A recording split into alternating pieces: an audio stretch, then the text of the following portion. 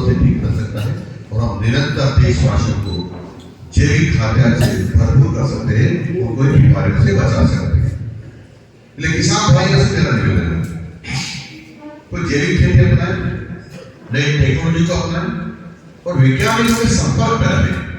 जो नित नई बीमारियां आती है, हमारे वैज्ञानिक शोध में लगे रहते हैं, प्रोडक्शन बढ़ाने में शोध करते हैं। हमारे अनाज का जो दूसरे फल फ्रूट होते हैं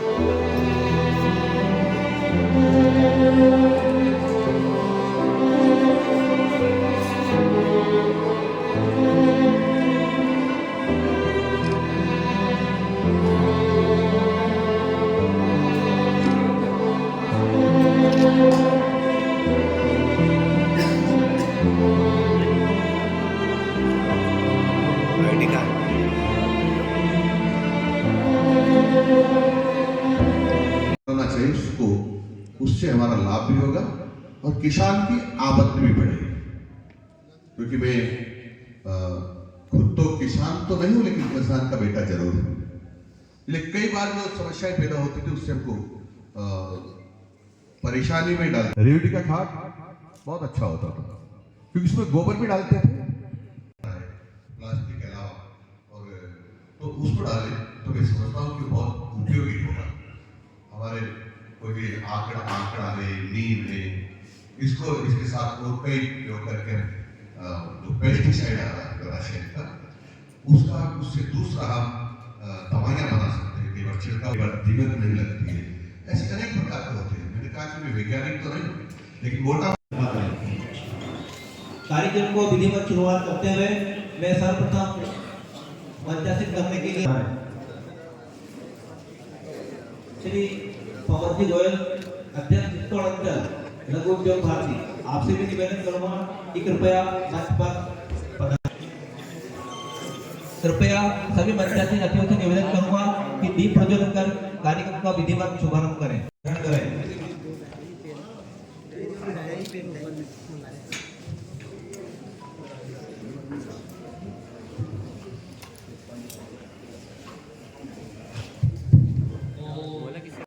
भागं यथा पूर्वे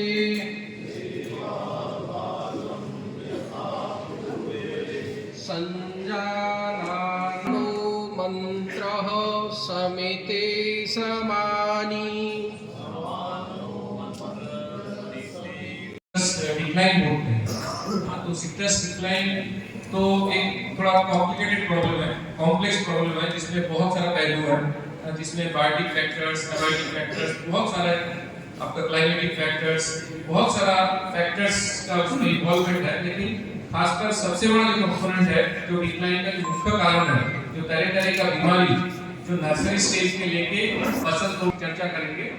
और जो पिछले जो 25 साल का जो मेरा एक्सपीरियंस है संतरा के ऊपर, कहाँ करते हैं, क्या करना चाहिए, उसके साथ अखिल भारतीय राष्ट्रीय अध्यक्ष श्री घनश्याम जी ओझा भाई साहब, जिन्होंने हमें कहा कि ये एक शुरुआत है। हम आपको विश्वास दिलाते हैं कि क्षेत्र के किसानों को चयनित करके उन्हें बीकानेर या नागपुर जहाँ भी अनुसंधान केंद्र है वहाँ उन्हें भिजवा कर उन्हें जिस भी तरीके से वो अच्छी तरह से प्रशिक्षण लेना चाहेंगे, हम इसमें उनका पूरा सहयोग करेंगे।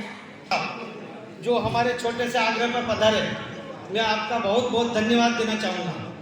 साथ ही हमारे देश के अन्नदाता और हमारे क्षेत्र के दूर दूर से पधारे हुए किसान भाइयों का मैं हार्दिक अभिनंदन और स्वागत करता हूँ, जिन्होंने आकर इस प्रोग्राम को सुना और लाभ लिया। साथ ही मेरे पत्रकार मित्रों, जिनका भी मैं बहुत बहुत धन्यवाद देता हूँ। और हमारे लघु उद्योग भारती की टीम जो पिछले कई दिनों से इस कार्यक्रम को सफल बनाने में लगी हुई थी, मैं मेरे सारे सभी सदस्यों को इसका बहुत बहुत धन्यवाद देता हूँ।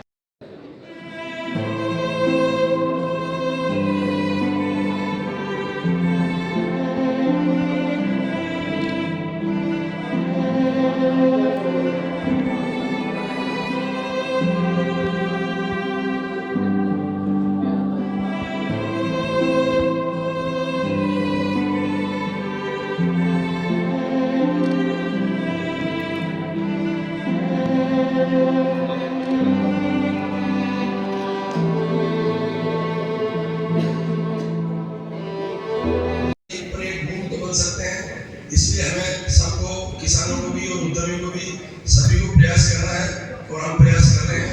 और इसी के अंदर प्रयास में हमें समस्याएं आती है जो हमने मंत्री जी के सामने भी रखेंगे और भाई साहब के सामने भी रखेंगे, वो हम लिखित पत्र में देंगे।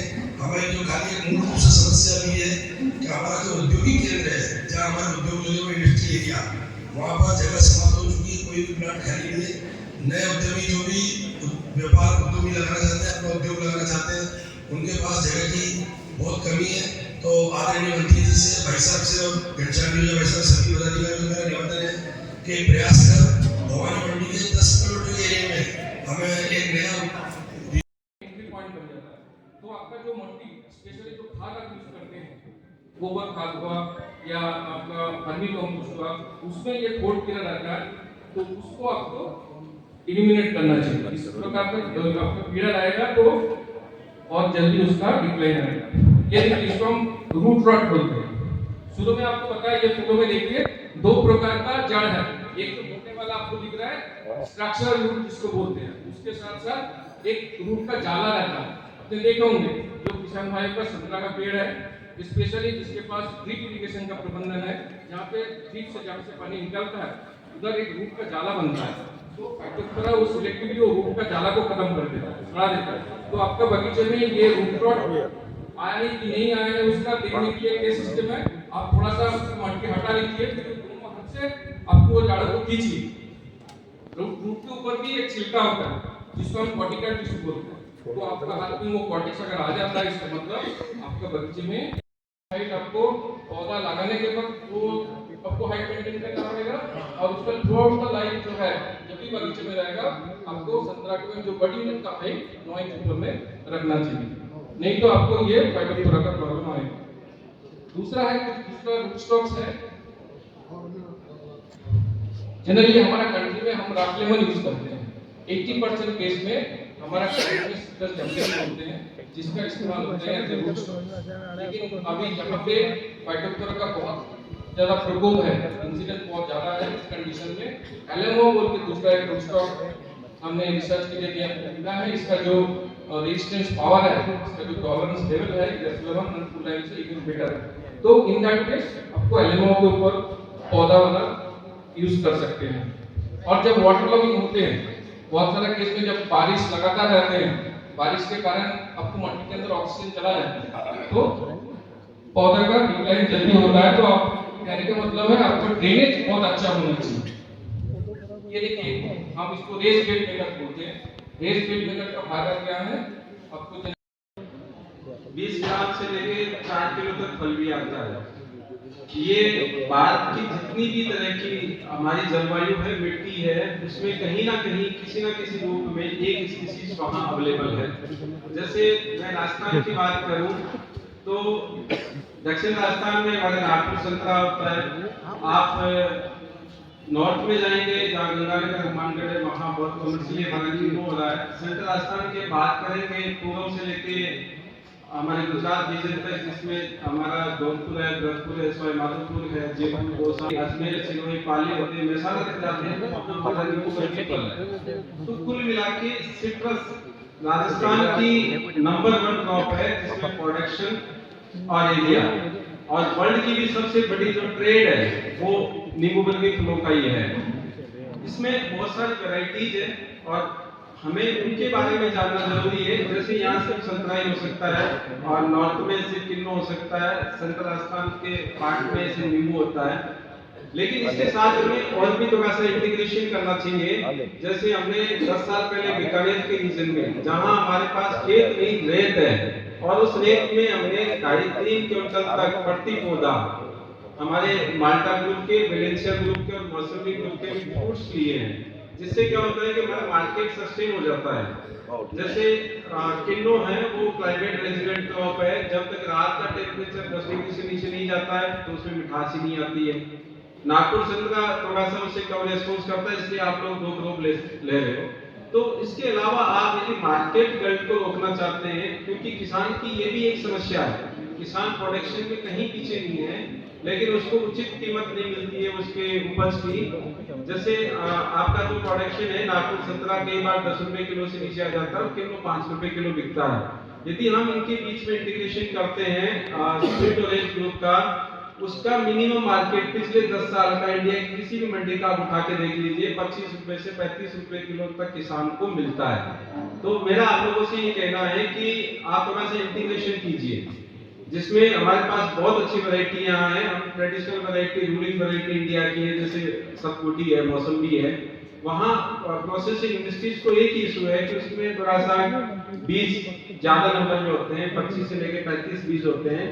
हमने ऐसी वैरायटी भी डेवलप की है जिसमें 3-4 बीज ही हैं, आप उनके रोग रहित पौधे हम लोगों से ले सकते हैं, और अगस्त के महीने से लेके जनवरी एंड तक आप फ्रेश मौसमी के फ्रूट ले सकते हैं। प्रॉब्लम हुई है। हाँ, इसमें हमने 3 कैटेगरी में डिवाइड करके रखे हैं। एक तो जो मट्टी के अंदर जो जंतु रहता है, हाँ, जो फंगस, उसको फाइटोप्थोरा के ऊपर विस्तृत जानकारी आपको देंगे। और दूसरा जो है आपको दिख जाता है, पत्ती के ऊपर कुछ दाग है, हाँ, फलों का गिरना, वो आपको दिख जाता है, हाँ, वो उसको हम सेकंड कैटेगरी बोलते हैं। और तीसरा कैटेगरी है जिसमें कीड़े मकोड़े से फैलते रहते हैं, हाँ, जैसे मच्छर काटने से आदमी बीमार पड़ता है, उसको मलेरिया होते हैं। सिमिलरली संतरे में भी कुछ इंसेक्ट पेस्ट यानी कि कीड़े मकोड़े ऐसे हैं, वो तो अपने आप डैमेज करता ही है, लेकिन उसके साथ साथ वो बीमारी को भी स्प्रेड कर देते हैं। हाँ, तो वो इस कैटेगरी है। मोस्टली जो वायरस और बैक्टीरिया है, हाँ, जितने भी वायरल बीमारी है, जैसे कोविड जैसी बीमारी वायरस है, तो उस प्रकार की बीमारी संतरे में भी आते हैं जो कीड़े मकोड़े से फैलते हैं। तो कीड़े मकोड़े को आप कंट्रोल करोगे तो ऑटोमेटिकली आपको वो भी कंट्रोल हो जाएगा। इसमें फोटो में देखिए, इसमें बीच में मैं ट्रंक जो बोलते हैं उसमें लाल दाग देके रखे हैं, वो है जिसको बोलते हैं बर्डिनियम। ठीक है ना, हमारा संतरा का जो फसल है वो ग्राफ्टेड प्लांट्स है या बडेड प्लांट्स है। उसका 2 हिस्सा है, नीचे वाला हिस्सा जिसको हम इंग्लिश में रूट स्टॉक बोलते हैं, ऊपर वाला हिस्सा इसको साइन बोलते हैं, चाहे वो मौसम्बी हो, चाहे वो संतरा हो, चाहे वो किन्नो हो। तो वो जो बर्डिनियम है वो बहुत बड़ा अहम हिस्सा है पेड़ का, तो उसको आपको प्रोटेक्ट करना बहुत जरूरी है, स्पेशली इनिशियल ईयर्स में, पहला, दूसरा और तीसरा साल में वो जो बर्डिनियम है उसको प्रोटेक्ट करना बहुत जरूरी है। और मैक्सिमम केस में जितने भी सॉइल बोर्न पैथोजेंस है, चाहे फाइटोप्थोरा हो, फिजियोनियम हो, राइजोबियम हो, उसका एंट्री वहीं से होता है। तो मैं बाद में आपको फोटो दिखाऊंगा, वो जो हिस्सा है बर्डिनियम उसको आपको प्रोटेक्ट करना पड़ता है, नहीं तो आपका पूरा के पूरा नुकसान सहन करना पड़ेगा।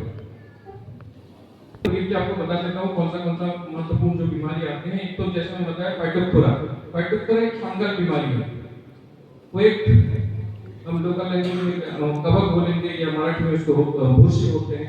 तो वो मट्टी के अंदर रहता है और पानी से बहुत प्यार है।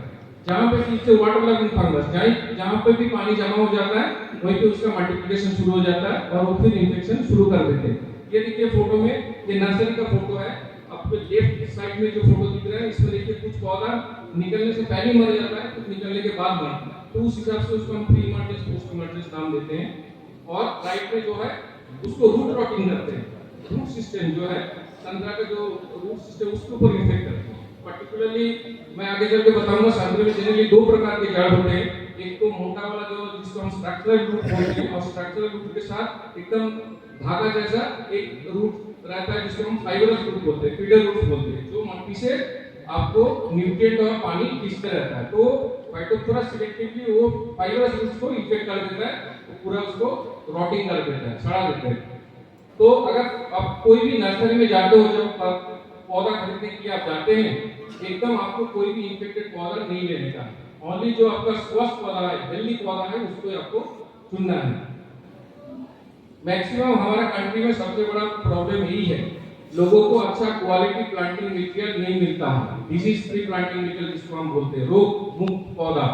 हाँ, और ये संतरा का फसल ऐसा है, अच्छा से आप उसको मैनेज करेंगे तो कम से कम 20, 25, 30 साल तक चलता है। ये कोई आपका बाकी दाल चाल गेहूं या सब्जी जैसा फसल नहीं है, जिसको हम इंग्लिश में एनुअल क्रॉप बोलते हैं। एनुअल क्रॉप में कोई भी आप गलती करते हैं तो उसको आपको नेक्स्ट साल में आपको भरपाई का मौका मिल जाता है। लेकिन ये संतरा का फसल ये है, आपको डिजीज फ्री प्लांटिंग मटेरियल इसीलिए महत्वपूर्ण है। अच्छा से अच्छा प्लांटिंग मटेरियल अच्छा हो तो उसका लाइफ स्पैन भी आपको बढ़ता है। हाँ, अगर डिजीज वाला रोग के साथ अगर पौधा आप खरीदते हैं उसका लाइफ स्पैन बहुत कम रहता है। बैठकों में आज भी जनप्रतिनिधि के प्रतिनिधि बैठते, परिजनी बैठते, क्या कहना चाहेंगे आप? देखो, सरकार ने महिलाओं को प्रोत्साहित करने के लिए महिलाओं को भी राज में भागीदारी देने के लिए प्रावधान किया था कि महिलाओं को भी चुना जाए, सरपंच, प्रधान, चेयरमैन, जिला प्रमुख सब बने। लेकिन जिन परिवारों ने अपनी महिला को सरपंच बनाकर खुद सरपंचगिरी कर रहे हैं, वो ठीक नहीं है। इस मामलों को देखेंगे, जहाँ जहाँ ऐसा होगा उस पर विचार करेंगे क्या करना चाहिए। जिस तरह से वोकेशनल टीचर वाली बात आती है, आप शिक्षा मंत्री भी हैं, प्रधानमंत्री कौशल विकास योजना जो है प्रधानमंत्री द्वारा चलाई गई है, उसमें ठेका प्रथा राजस्थान के अंदर चल रही है, जिसमें भ्रष्टाचार उजागर हो रहा है। लाख लाख रुपए एक नौकरी लेने के लिए जो है विभाग द्वारा मांगे गए, ठेकेदार द्वारा। प्लेसमेंट एजेंसी क्या है कि सीधा गवर्नमेंट नहीं रखती है, वो एक तरह से कॉन्ट्रैक्टर है, वो अपने हिसाब से चाहे जिसको काम दे सकते हैं। उस पर हमारा नियंत्रण नहीं, किसको काम देना किसको नहीं देना। अभी भी जिले में मनरेगा की फर्जी मशरूलें चल रही है, इसके बारे में क्या कहेंगे? आप 2-4 उदाहरण देंगे स्पेसिफिक, तो फिर मैं उस पर कार्रवाई करूँगा। मंत्री जी, किसानों को संबोधित किया आज कार्यक्रम में, आप पधारे हैं भवानी मंडी, सबसे पहले आपका स्वागत है। किस तरह का कार्यक्रम था सर आज, किस तरह का उद्बोधन आपने दिया है? देखो, ये लघु उद्योग भारती का प्रयास था जी कि वैज्ञानिक किसानों को जी तीनों एक साथ बैठे। जिले के 8 पंचायत समितियों में आज भी पूरा तो जान दो, पूरी बात तो अंदर मिथुन जी। हाँ प्लीज सर। एक साथ बैठे जी, और वैज्ञानिकों ने लहसुन, संतरा और नींबू जी कैसे अच्छा पैदा करें, कैसे उसकी सुरक्षा करें, बीमारी से कैसे बचाएं और फिर किस तरह से उसको ट्रांसपोर्ट कर सकते हैं, जी इसके बारे में पूरी जानकारी दी है। जी, उद्यमी भी इसमें जुड़े हुए हैं, क्योंकि कृषि आधारित उद्योग होते हैं। जी, तो वैज्ञानिक, उद्यमी और किसान तीनों का समन्वय है, तीनों समन्वय बनाकर काम करते हैं, तो कुल मिलाकर किसानों को अच्छा लाभ मिल सकता है। एक आदेश जारी हुआ है डेपुटेशन पर, जितने शिक्षक है वो यथार्थ स्थिति में रहे, लेकिन जिले में कई ऐसे डेपुटेशन पे आज भी कार्यरत हैं सर।